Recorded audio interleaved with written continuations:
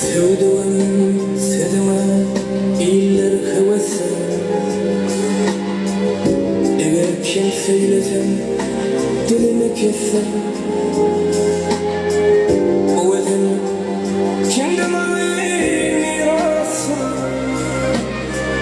Bedelde böyle mağzulanım.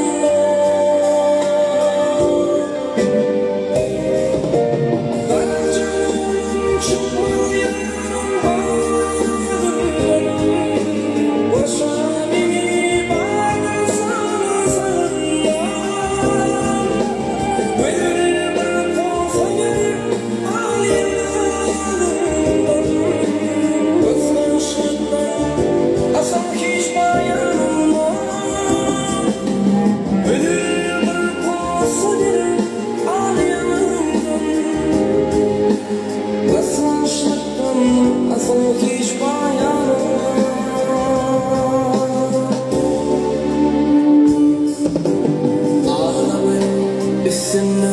Helal ağaçları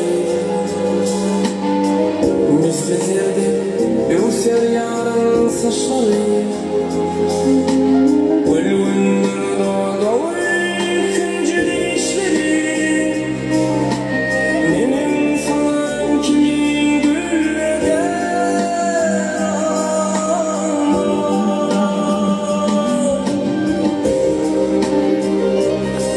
Eyağlarda olsun bile sözleştim.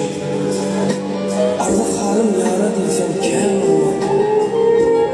Gece olmuyor aşkın bilen yanarım. Nedir halim diye, nedir halim diye bir soran olmaz. Bir soran olmaz.